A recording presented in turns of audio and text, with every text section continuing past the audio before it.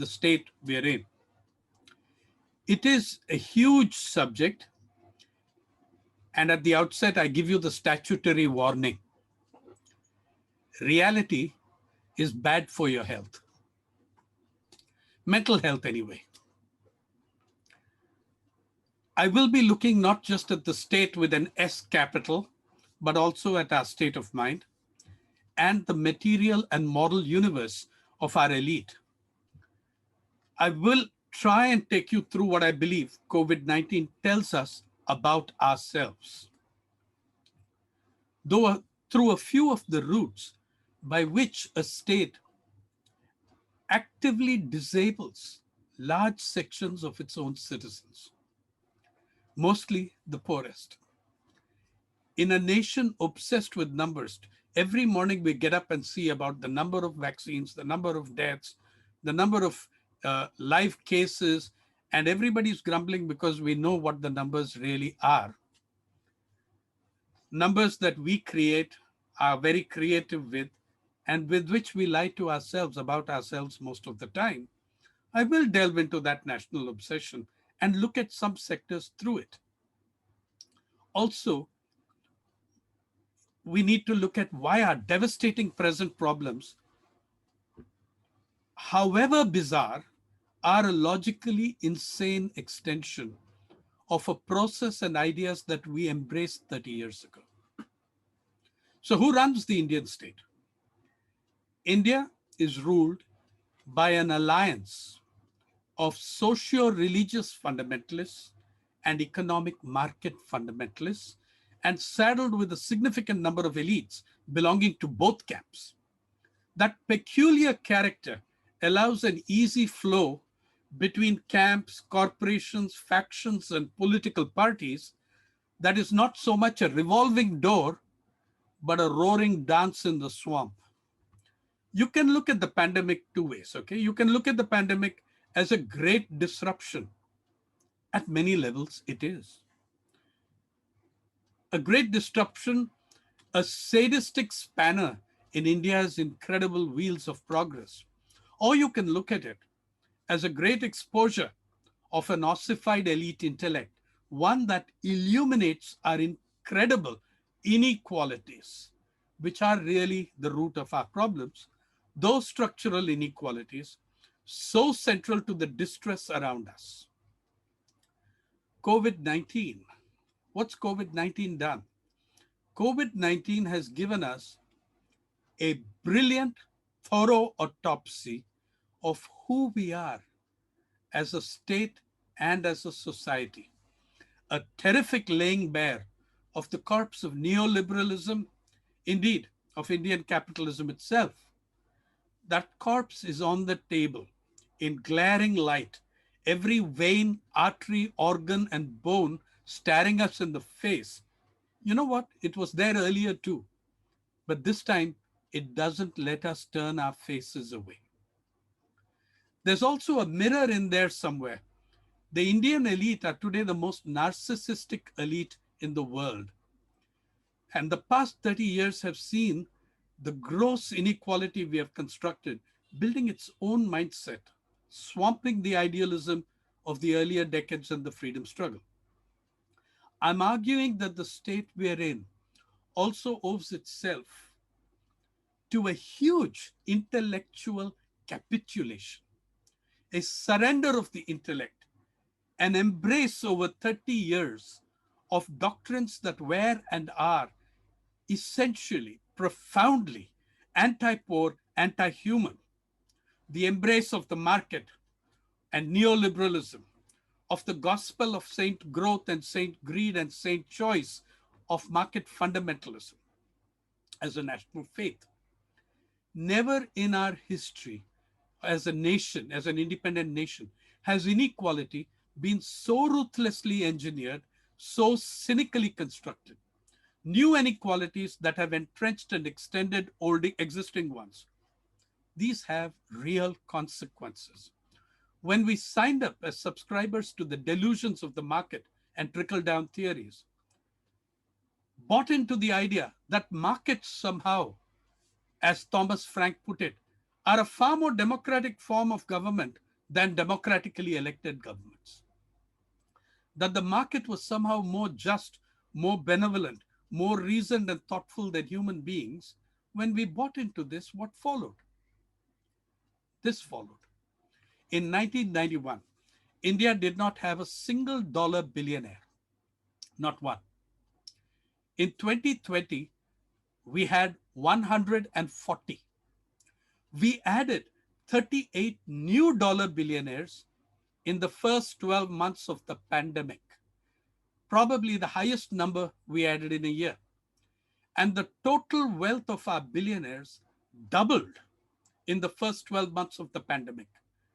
There's a danger in not linking our outrage to the larger disease, a dishonesty in failing to acknowledge that our numbers fraud is not an aberration, just a novel extension of the normal. It is not a failure of the system.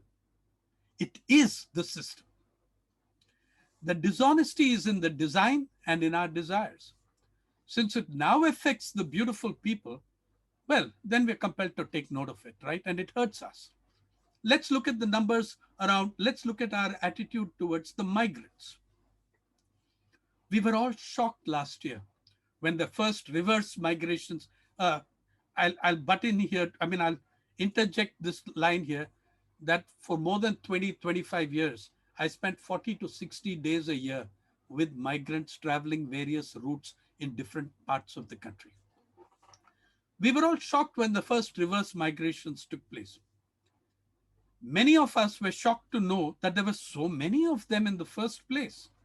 We were jolted to the realization by our loss of the services, labor, and comforts that they brought to us in our cities. It's simply not, it's a bit hypocritical, okay? Because a decade ago, Census 2011 told us, warned us, that the greatest migrations in our history as an independent nation had occurred between 2001 and 11. The urban-rural growth differential was at its highest in 40 years. It was clear that a lot of this migration was driven by economic distress. But the distress was theirs, not ours. Why did they leave the village? We kept asking ourselves, the newspapers, the anchors said, why are they going back? Why are they leaving their jobs in the cities and going back? The real question was, why did they leave their villages in the first place?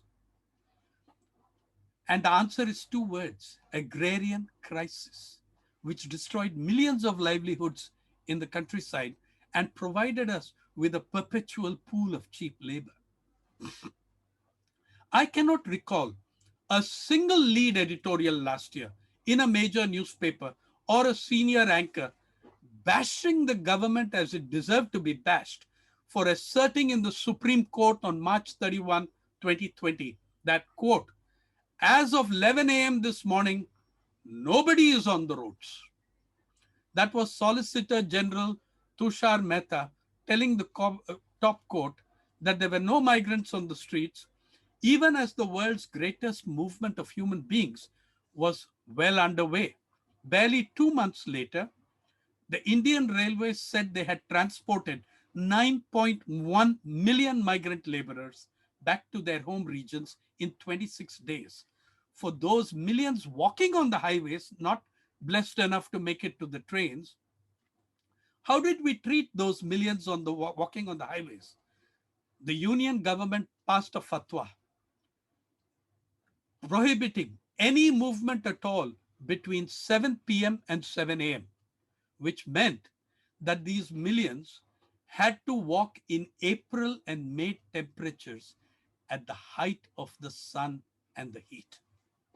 Yeah, so that's how we treated them. By the way, when I look at the data and the criticism of the data, and I'm perplexed. Look at farmers' suicides. For years and years now, the data on the farmers has been patently false. We have been, as a nation, lying to ourselves. Okay? Sure, we are all horrified when we read the official figure. 330,000 farmers, 330,000 farmers have taken their lives, own lives in the last 2 decades. The real numbers, if you could get them, would horrify you. I would say that for the 18 years, the National Crime Records Bureau honestly collated the numbers of farmers' suicides. They honestly collated, but the numbers were nonsense because of the social, political, and policy prejudices that went into the data collection. For instance, thousands and thousands of women farmers who took their own lives are not counted in the farm suicides list simply because in this country we do not accept and respect women as farmers, or because women's names very rarely appear on the patta or title deed. In 1994, you'll remember, some of you will remember the Surat plague, which claimed 54 lives, but got 1,000 times the publicity that TB and diarrhea, which took about 500,000, got. But with the plague then, as with the pandemic now, our conscience is jolted better when beautiful people also suffer. Plague germs, you see, plague germs and viruses are notorious for their non-observance of class distinctions. On the other hand, tuberculosis remains, as the WHO points out, a disease of poverty and economic distress. Look at the people who are struggling and dying and unable to get any access to health resources. Who are they? In the countryside, in the Indian countryside, and for the last 20 years, out-of-pocket health expenditures by ordinary poor people, personal health expenditures by rural Indians has remained for 20 years, probably the fastest growing component of rural family debt. In June 2018, the Public Health Foundation of India concluded that 55 million people had fallen below the poverty line in a single year because of having to fund their own health issues. It's happening all over again on a gigantic scale. The PHFI also said that 38 million of those 55 million had fallen below the poverty line due to spending on medicines alone. Sounds familiar? Yet, we are the nation charging people for vaccines. In the last few years, you see, every one of us is rightly, correctly, justifiably fearful and concerned about the criminalization of dissent that the Modi government has unleashed. I mean, but again, Mr. Modi has taken to the extreme, as he always does, processes that also existed earlier. Criminalization of dissent is at its peak, but it's been on for decades in the countryside, where we slam hundreds of false cases on communities defending their land, which we are trying to take away and give to corporates, and for Adivasis trying to defend their forests. Look, Abhay Sahu, the anti-POSCO agitator who won the battle, has some 57, 60 cases, false cases filed on his head. SP Uday Kumar, who led the Kudankulam movement, at one stage had 91 cases on his head. And now they have the BJP has brought its own peculiar communal flavor to the utilization of those laws and stretched them beyond recognition. Just look at poor Siddiqui Kapan, whose crime, apart from being a known journalist, which is a crime, is that he is also a Muslim. That is essentially the point. Okay, others went to Hathras who have not been detained and not permitted to meet their lawyer for 2 months. Through the past 7 years of the Modi regime, we've had laws, or more often, ordinances promulgated arbitrarily by this government. Labor laws that completely throw workers at the mercy of powerful corporations. Agricultural laws that destroy the livelihoods of millions of farmers. State after state has passed laws like the love jihad laws, anti-love jihad laws, mercilessly unleashed against that eternal target of the BJP, Muslims, and other minorities after them.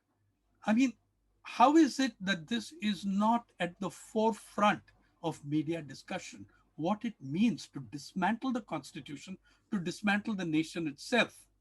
Several of the regressive laws of the Modi government were passed not in the last 7 years, but at the height of the pandemic. There was no earthly reason why the three farm laws had to be passed in September 2020, introduced in June 2020, passed in September 2020. There was the most cynical of motives in that. The idea was that these damn peasants, pulverized by the pandemic, cowering before COVID 19, would not dare organize and strike back. That was a fatal miscalculation. Tens of thousands of them gathered at Delhi's gates. What were they met with? They were met with trenches dug on the highways, 10-foot by 10-foot trenches dug by the security forces, by barbed wire fences, water cannons, tear gas. The camps they dug into were subjected and are subjected to internet shutdowns, electricity and water shutoffs. They lived in the open of one of Delhi's coldest winters and now face a horrible summer, but they have held out. Okay? Many months and 300 plus lives later, they are still there. I need to tell this audience this. The laws aren't just about farmers. They're about you. They're about all of us. They strike at and undermine one of the most important of our fundamental rights. And I spoke of an alliance at the beginning of my talk. I spoke of the alliance between religious fundamentalists and market fundamentalists. This happy marriage cohabits a bed called corporate media. At a time when the public have needed journalism as never before in independent India, corporate media has sacked some 2,000 journalists and many times that number of non-journalist media workers. They're also terrible cowards. I think that it's time we said this. These highly respected editors, prominent figures, they're simply bloody cowards.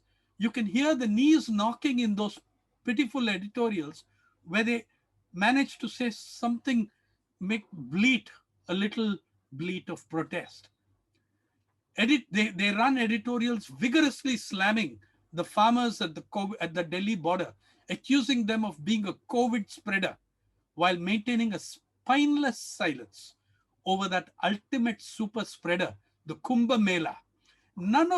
I did not see an editorial questioning the fact that the Kumbh Mela was advanced by a year.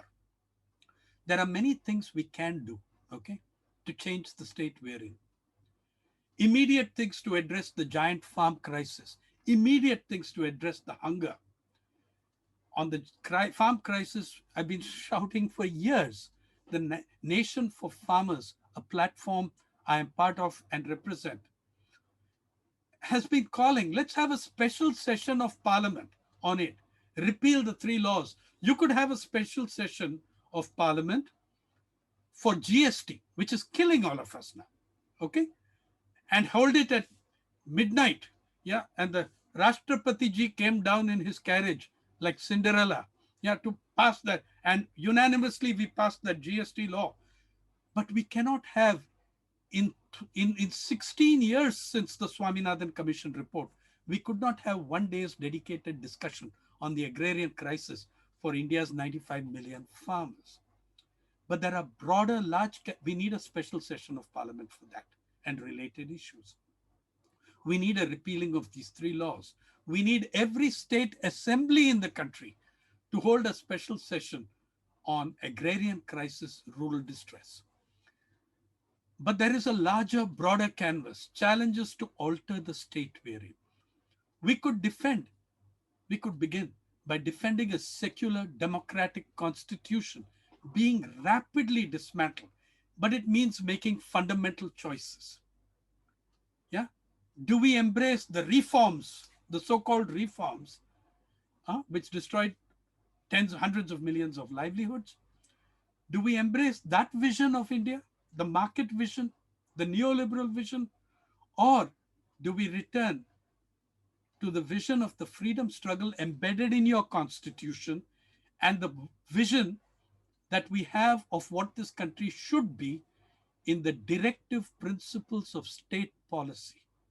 There are choices we have to make in that, in recognizing our own on own um, complicity in what has happened.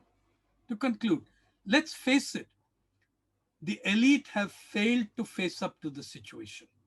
We are on our way, we are on our way to the consolidation of a corporate state, a saffron corporate state. The resistance that there is, and there is growing resistance, has come these past few years, not from us. It has come from farmers, workers, artists, singers, poets, writers, students, and youths. Remember the award Wapasi movements. How proud the writers and poets and singers and artists of this country made us. It's these who have shown and still show enormous courage and spirit. From ordinary everyday people, those in the anti-CAA protests, those at Shaheen Bagh. It's a resistance that would have inspired Khwaja Ahmad Abbas to write his next great novel were he alive. I think he would have loved the words of the young poet Joshua Bodhinetra from West Bengal, whose poems you will find on the People's Archive, whose poems tell us so much about the state we are in.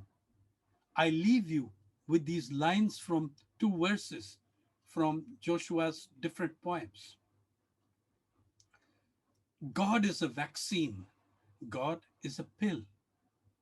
God is a graveyard's unpaid bill. How do you spell shame? Is it with a sigh? Is it with a bullet in the laborer's eye? Thank you.